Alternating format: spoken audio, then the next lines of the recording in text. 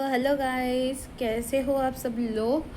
আজকে আমার ইউটিউব চ্যানেলে আপনাদের অঢেল নমস্কার জানাই। এখন বাজে হচ্ছে 1:57 আর আজকে আমি একটা রান্না করব, সেইটার রেসিপি এবং কেমনভাবে কি করছি সেইটা আপনাদের সাথে শেয়ার করব। তো অবশ্যই আমার চ্যানেলটাকে সাবস্ক্রাইব করবেন, লাইক করবেন আর সাবস্ক্রাইব এবং শেয়ার করতে ভুলবেন না, ঠিক আছে? তো চলুন আজকে আমি কি বানাচ্ছি সেইটা দেখাই। হ্যাঁ জানি আমার প্রসেসে অনেকটা আমি আগিয়ে রেখেছি, কিন্তু তার সত্ত্বেও আমার মনে হয়েছে কি আমার এটা শেয়ার করা উচিত। তো আজকে তাই জন্য আমি ভিডিওটা বানাচ্ছি। ক্যামেরা কোয়ালিটি একটু খারাপ হতে পারে, কারণ আমার সোলো ফোন, আমার কোনো ডিএসএলআর নেই, কিছু নেই। তো hope for the best, stay tuned. তো আপনারা দেখতে পাচ্ছেন এখানে টমেটো আমি রাফলি কেটে রেখেছি, লঙ্কাও রাফলি কাটা, ধনেপাতা অল্প আর অল্প একটু আদা রাফলি চপ করে রেখেছি এখানে। আর এর সাথে একটা মশলার মিশ্রণ তৈরি করেছি।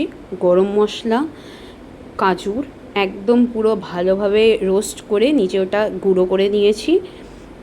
আর অপর দিকে আমি নিজে কড়াইতে পনিরগুলোকে কিউব করে কেটে ভেজে নিচ্ছি, এবং সেগুলোকে ভাজা হয়ে যাওয়ার পর একটু গোল্ডেন গোল্ডেন হয়ে যাওয়ার পর আমি এটা রুম টেম্পারেচারে জলে রেখে দিচ্ছি। দেখুন পুরো একদম পনিরটা নিয়ে আমি নিজে ওটাকে পুরো একদম লাল লাল করে ভাজছি জিনিসটা। এবার কড়াইতে আমি একটু সাদা তেল নিয়ে ওটাকে গরম করে ওর মধ্যে আমি এবার ফোড়ন দেব।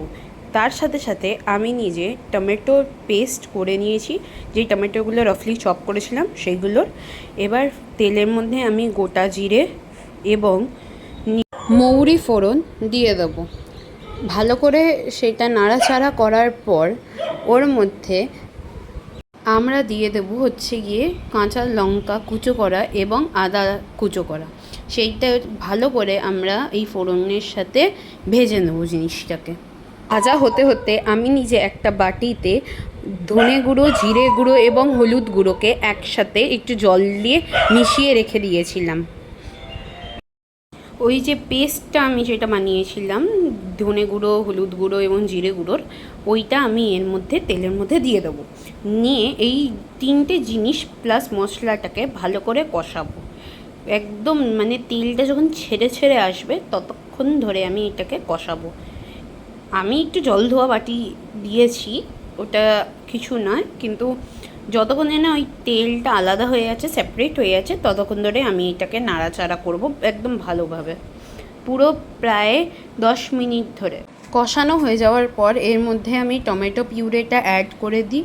টমেটো পিউরেটা অ্যাড করে দিয়ে এর সাথে সাথে নিজের স্বাদ মতো নুন এবং চিনি আমি অ্যাড করে দিই। পুরো একদম যখন তেল ছেড়ে ছেড়ে আসছে ততক্ষণ ধরে আমি এটাকে নিজে ভালোভাবে কষাই মশলাটা। দেখতে পাচ্ছেন পুরো ফাটছে জিনিসটা। যদি আপনাদের গায়ে ফেটে আসে তাহলে আপনারা এটা ঢাকা দিয়েও বানাতে পারেন। আমি যেই ভাজা মশলাটার সাথে কাজু যেইটা বানিয়েছিলাম সেইটা আমি এর মধ্যে দিয়ে দিচ্ছি। দেখতেই পাচ্ছেন দেওয়ার সাথে সাথেই এইটা পুরো একদম ঠিক হয়ে গেছে জিনিসটা, পুরো একদম মানে শুকিয়ে গেছে জিনিসটা। তো এরমভাবে আরেকটুখানি নিজে এরমভাবে মশলাটা কষিয়ে, গরম মশলার সাথে কষিয়ে জিনিসটাকে পুরো একদম শুকনো শুকনো বানিয়ে নিতে হবে। আর এই তখন যখন কষাবেন তখনই দেখতে পাবেন আস্তে আস্তে তেলটা ছাড়ছে। ওই মোমেন্ট অবধি আপনাকে নিজে জিনিসটাকে কষাতে হবে ভালো করে। এবার এইটা প্রায় শুকিয়ে এসছে, তো এর মধ্যে আমরা দিয়ে দেবো টক দই, সামান্য টক দই। সেটাকে পুরো একদম ভালোভাবে গ্রেভির সাথে মেশাবো। Please ignore the background music, ঘো ঘো ঘো। তো এটাকে ভালো করে আমরা মেশাবো। মিশিয়ে এটার কোনো লাম্পস রাখবো না, কিছু রাখবো না, একদম দইটাকে ভালো করে গ্রেভির সাথে মেশাবো। যেহেতু কাশ্মীরি রেড চিলি পাউডার নেই ওই জন্য একটুখানি ইয়েলোইশ আছে। যদি রেড চিলি পাউডার থাকতো তাহলে এটা রেডিশ হতো। তারপর এটা আমাদের ততক্ষণ মেশাতে হবে যতক্ষণে না এটা মধ্যে থেকে তেলটা বেরিয়ে আসছে আর সব একদম একটা জায়গায় একটা সেন্টারে এসে যাচ্ছে। এবার এইটার মধ্যে একটু কসুরি মেথি দিয়ে ভালোভাবে নাড়াচাড়া করে নেবো জিনিসটা। দেখতে পাচ্ছেন কতটা ড্রাই হয়ে গেছে।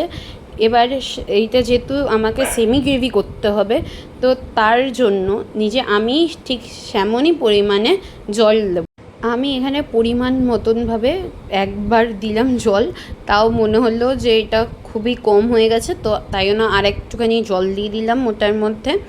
তারপর ওটাকে ভালোভাবে কষাচ্ছিলাম, তখন দেখলাম যে না, আমার যেইটুকুনি পনির যতটা পরিমাণে পনির আমি ইউজ করছি সেই পরিমাণ আন্দাজে এটা ঠিক আছে।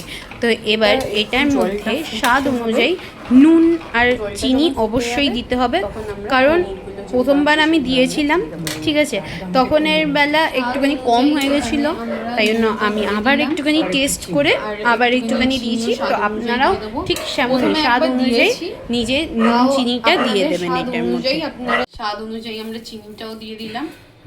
এবারে এটাকে ভালোভাবে মিশিয়ে নেবো আমরা, আর আঁচটাকে মিডিয়াম ফ্লেমে রেখেছি। ভালো করে আমরা মিশিয়ে নেবো একদম ভাবে। এবার এটা কুক হয়ে গেছে, তো এবার পনিরগুলো এটার মধ্যে দিয়ে দেবো।